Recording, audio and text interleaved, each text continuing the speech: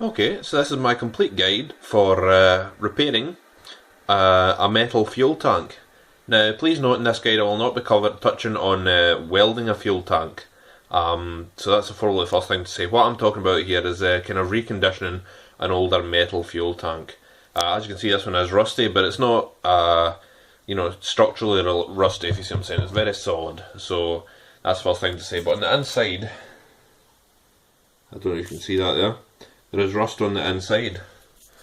So, the first thing we'll have to do is remove this sender unit here, because I don't want to put any chemicals inside of the tank which could potentially have harmful effects on the electronics or anything else in there.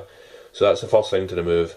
I have worked these nuts with WD-40 over the course of the last couple of weeks, so hopefully they shouldn't give me any trouble when I'm taking them off. But yeah, well, we'll see how that goes. So yes, that's my first step to do.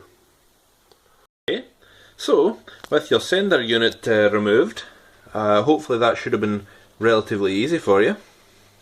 Mine's actually was, because I used lubricant over a good period of days and if not weeks. That can be, the top side of that can be cleaned up. So what you want to do is you want to inspect this unit just to see what the general condition is like. And on the face of things, this one doesn't actually appear to be too bad. Now, this will also tell you which one is the fuel, the pipe which returns the fuel and the pipe which is taking the fuel up. On metal fuel tanks, and probably fuel tanks generally, the intake one will be here, because this has a filter over it, and on the face of it, ours here doesn't appear to be too bad. So I'm at some point going to run a little drip of petrol through that to see that it isn't blocked. Same with this one. Just going to tidy this up as best I can. There does seem to be some deposits of some sort. I don't know whether that's... I'm actually not entirely sure what that is. It could be calcium or something perhaps, or...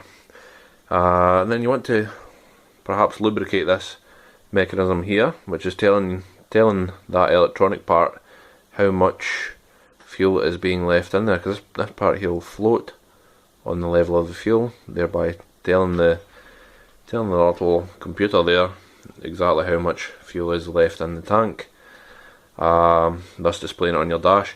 Now I'm going to clean up this filter here. It doesn't actually appear to be too bad, not too bad at all. I'm actually really pleased with that, and that can be done. Now let's have a look inside the tank and see what we're working with. Okay.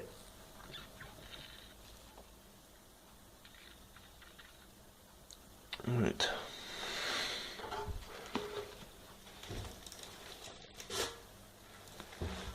Right, so we can oh yes, right. Right, there are some pretty rusty deposits in there. So there are various methods with which you can do this. I've seen people use the sort of stuff you'd use to unblock drains to break up the rust, and then use a tank sealant. You can do that. Now, because mine doesn't seem to be in too bad condition, what I'm going to do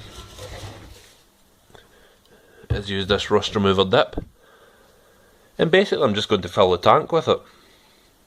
That's all I'm going to do, and hopefully that should clear up any of those deposits of the rust.